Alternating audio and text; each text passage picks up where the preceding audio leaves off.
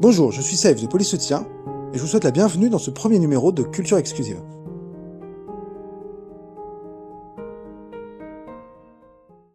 Je ne vais pas vous mentir, lorsque j'ai écouté pour la première fois l'extrait que je vais vous présenter ici, j'ai un peu saigné des oreilles. Queen Size, c'était une émission sur YouTube présentée par Maya Mazorette de Quotidien, qui parraine d'ailleurs l'émission, et traitant de divers sujets en lien avec les relations et la sexualité.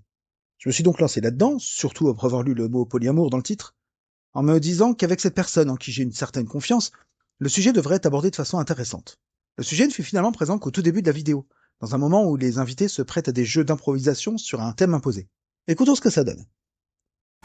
Alors, tu dois expliquer à ton père, fan de Bruno Retailleau, que tu es en polyamour avec 3 autres personnes. Tu nous fais peur. Et ça part en politique. Alors, qu'est-ce qu'on tire de tout ça? Il est donc censé se décrire en relation polyamoureuse avec 3 personnes. On nous explique qu'il doit faire son coming out auprès d'un fan de Retailleau. Il doit donc imaginer un dialogue adressé à une personne qui est proche de l'extrême droite, qu'on peut donc facilement imaginer raciste, homophobe et transphobe. Et pas hyper ouvert d'esprit à l'idée du féminisme non plus, j'imagine. Je me mets à leur place et j'ai le sketch de Muriel Robin qui me vient en tête. Celui où une fille annonce à sa mère qu'elle veut se marier avec un homme noir, et tout l'humour repose sur cette mère qui fait tout son possible pour cacher son racisme intériorisé. Il est noir. On pourra donc imaginer qu'il commence par se présenter en relation avec une femme noire, rajouter qu'il est en relation avec une seconde personne qui est un homme, puis on peut conclure en annonçant sa relation avec une troisième personne, mais depuis peu de temps. Et puis on peut ajouter qu'elle est actuellement avec son mari.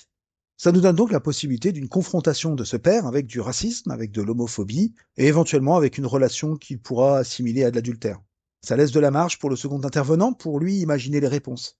Dans ce genre de sketch, l'intérêt c'est de présenter des situations qui vont montrer l'absurdité des réactions des personnes qui discriminent. C'est notamment le type d'humour que l'on a dans le film Rabbi Jacob avec Louis de Funès, le genre d'humour qui dénonce l'antisémitisme, pas qui en joue. Et non, je n'imagine pas présenter le cas directement d'une personne trans, car on n'est pas censé dévoiler la transidentité d'une personne avant qu'elle-même n'ait décidé de le faire. Mais pour ce qu'on en sait, une de ces 3 personnes pourrait très bien être une personne trans. Très bien, on a donc la base de ce que moi je ferais dans ces conditions. Voyons ce que lui il a imaginé. Écoute papa, j'ai des trucs à t'annoncer. Il s'est passé plein de trucs dans ma vie dernièrement. Pourquoi tu pleures comme ça? Parce que je suis ému, j'ai un truc important et je sais que... Waouh, on commence donc par le cliché du mec qui pleure au début de la révélation, ok? Ça me rappelle Stranger Things, le fameux épisode 7 de la dernière saison pour ceux qui l'ont vu. Bon, j'en dis pas plus pour ceux qui ne voudraient pas être spoilés. Bon, en réalité, j'ai déjà vu un proche faire ce type d'outing et en pleurer. Mais à la fin, de soulagement. Les larmes spontanées comme ça dès le début, ça fait cliché dans ma tête, mais peut-être que ça arrive vraiment, je sais pas. Extrait suivant. J'aime plusieurs personnes. C'est-à-dire que, tu vois, toi t'aimes une... Enfin, est-ce que t'aimes vraiment maman? Ça, Non, je sais pas. plus depuis 83 ans. Mais moi j'en aime pas une, même pas 2. Hein. J'en aime 3. Il y a le facteur. Il y a Michel de la Compta. Alors, il s'est passé un truc ce matin. Et puis, bah, il y a ma cousine. Celle qui vient toujours aux anniversaires. Donc ça m'émeut de te le dire. Donc, la représentation qui est faite d'un mec polya en relation avec 3 personnes, c'est d'imaginer en relation avec le facteur un one-shot de ce matin et un inceste avec sa cousine. Ok. Bon, on a connu mieux hein, comme représentation, encore que le one-shot ce matin, ça pourrait être un vrai début d'histoire, hein, on sait pas. Quant à la cousine, bon, je préfère me taire. Extrait suivant. Ok. Mais Toi, comme tu sais que t'es un peu raciste... Qu'est-ce que tu me racontes? Qu'est-ce que tu me racontes? Je comprends pas en fait. Genre, t'aimes qui? Bah tout le monde. Mais c'est-à-dire? Bah c'est-à-dire que moi, en fait, on vit ensemble sous le même toit. Oui, parce que forcément, quand on est polyamoureux, ça veut forcément dire qu'on vit tous sous le même toit. Il est en relation avec 3 personnes, dont une seulement depuis le matin même, mais ouais, ils vivent déjà tous ensemble. Il vit même avec la fameuse cousine, là, celle qu'il voit uniquement aux anniversaires. Ça colle pas, hein.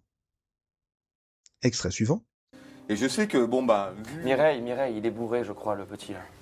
Ah, pas du tout, monsieur. Tu vois, tu me comprends jamais, en fait. Il va falloir sortir de ma maison, monsieur, je crois. Waouh. Il va falloir sortir de la maison. Alors, j'ai pas mémoire de témoignages de personnes ayant été virées de chez eux après avoir déclaré être en relation avec plusieurs personnes. Il faut dire que je n'ai pas non plus en mémoire de témoignages de personnes ayant fait ce type de révélation alors qu'ils vivaient chez leurs parents. Peut-être parce qu'il faut du temps pour réaliser que les relations plurielles ça existe et se projeter dans la situation. Et encore plus pour le vivre concrètement. Ouais, du temps, il en faut. Tellement de temps que, pour beaucoup, ça arrive lorsqu'on est déjà entré dans la vie active. Il n'empêche que dans un sens, j'apprécie cette réponse, parce que de la part de l'interlocuteur, j'y vois un peu un parallèle, probablement inconscient, avec la réaction de certains parents envers leurs enfants lorsqu'ils annoncent leur homosexualité. Eh, les parents qui font ça, vous êtes des chiens, sans déconner. Bref, c'est pas nécessairement impossible que ça se passe ainsi. Si on regarde cette vidéo avec sérieux et sans prendre le recul nécessaire, ce serait facile de juste se vexer devant cette image dépeinte par cette personne qui cherche à présenter cette situation. Mais gardons à l'esprit le contexte. Cette personne qui n'y connaît rien au vécu d'une personne en relation plurielle, probablement qu'il connaissait le mot et c'est tout. Et on lui demande de se mettre en situation pour une improvisation. On voit d'ailleurs qu'avant de se lancer dans l'échange, il joue la montre le temps de réfléchir à ce qu'il va bien pouvoir trouver. Ça va vraiment dans le sens d'un discours improvisé à mesure qu'il avance, et pas après un temps de préparation qui lui aurait été accordé.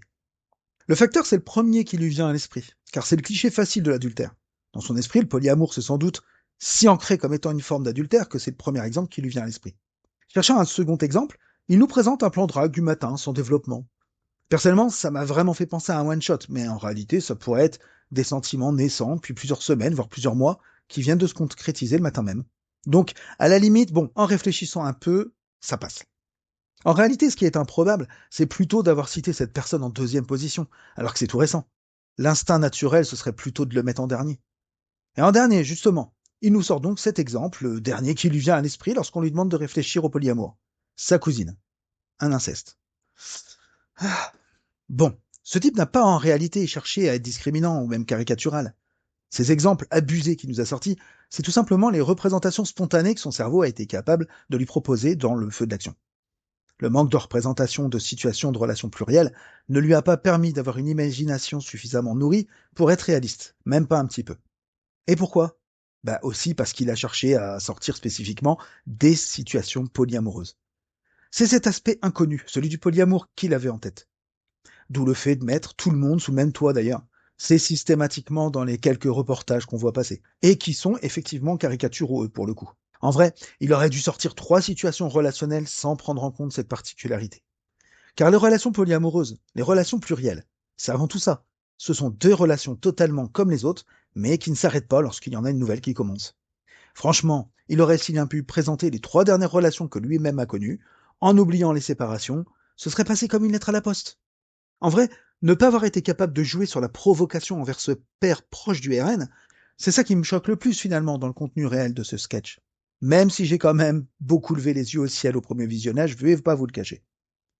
Eh bien, c'est fini pour aujourd'hui. C'était Safe de Polysoutien et vous vivez toujours dans une culture exclusive.